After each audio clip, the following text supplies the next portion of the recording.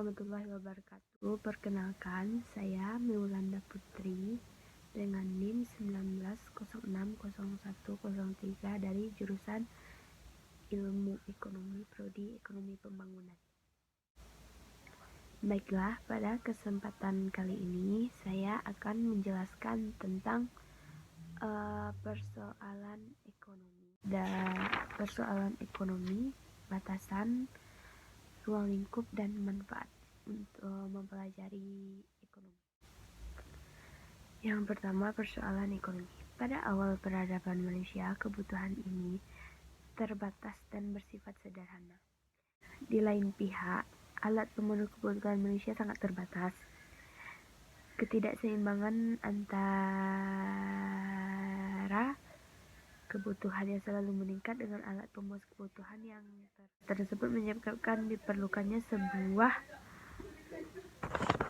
ilmu yang disebut dengan ilmu ekonomi. Beberapa persoalan pokok yang diharapkan. Yang pertama, persoalan ekonomi. Alat pemenuh kebutuhan manusia sangat terbatas adanya. Ketidakseimbangan antara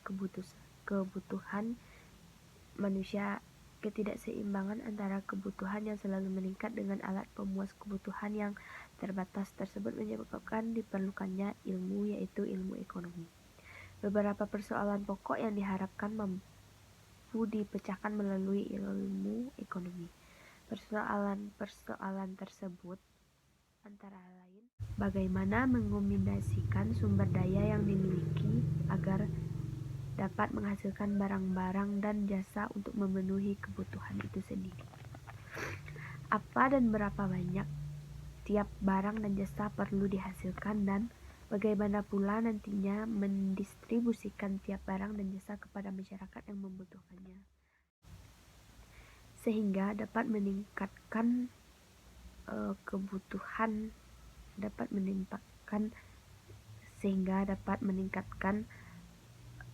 alat pemuas kebutuhan menjadi seimbang.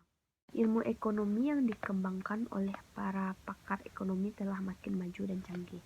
Sistem perekonomian yang dianut oleh suatu bangsa atau negara tergantung dari doktrin mazhab atau aliran pandangan ekonomi, yang ada gilirannya juga dipengaruhi oleh seperangkat nilai yang dianut oleh bangsa atau kelompok masyarakat tersebut.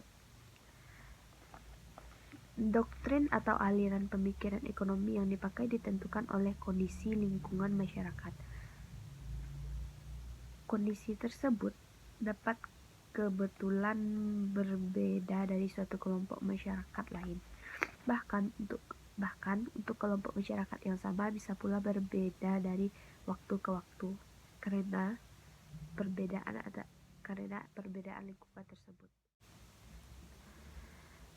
Setiap kelompok masyarakat di suatu tempat dan waktu menganut doktrin, falsafah atau aliran ekonomi yang berbeda.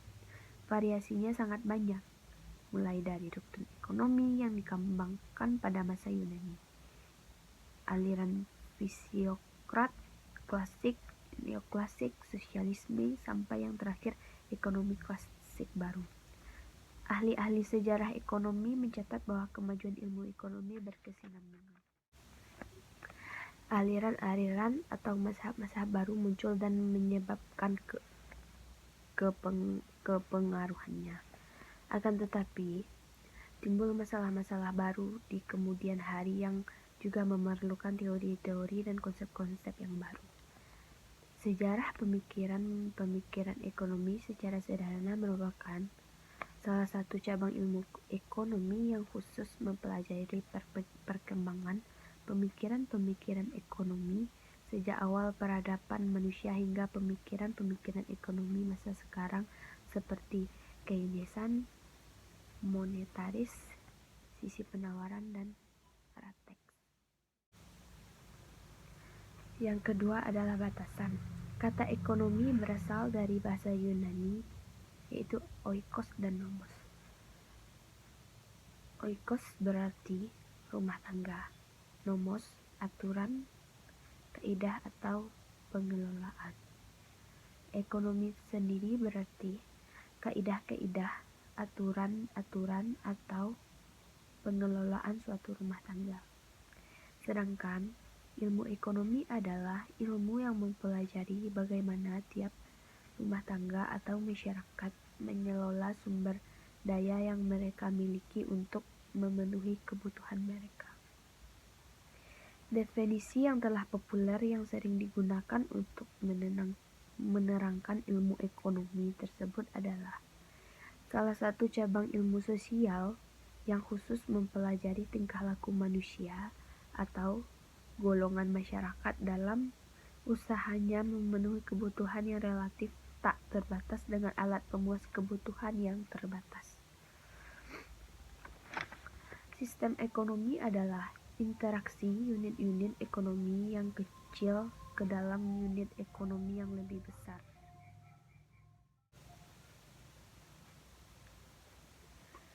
Sistem ekonomi adalah interaksi unit-unit ekonomi yang kecil ke dalam unit ekonomi yang lebih besar.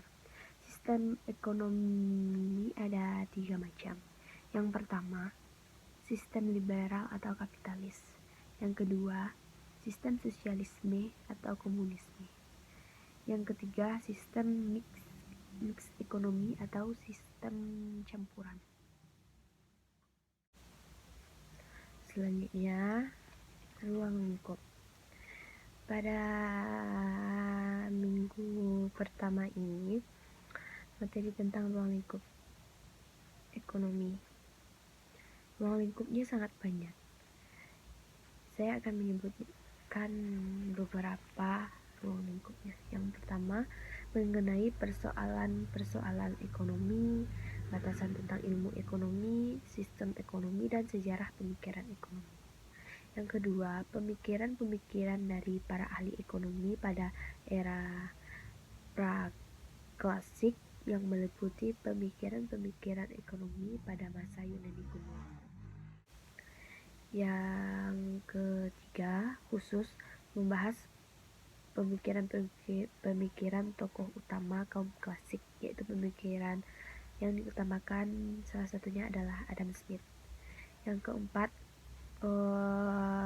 masih melanjutkan membahas pemikiran-pemikiran tokoh utama dari beberapa tokoh utama yang lainnya. Yang kelima, membahas pandangan dan pemikiran ekonomi dari aliran sosial sebelum Marx. Yang berikutnya, pandangan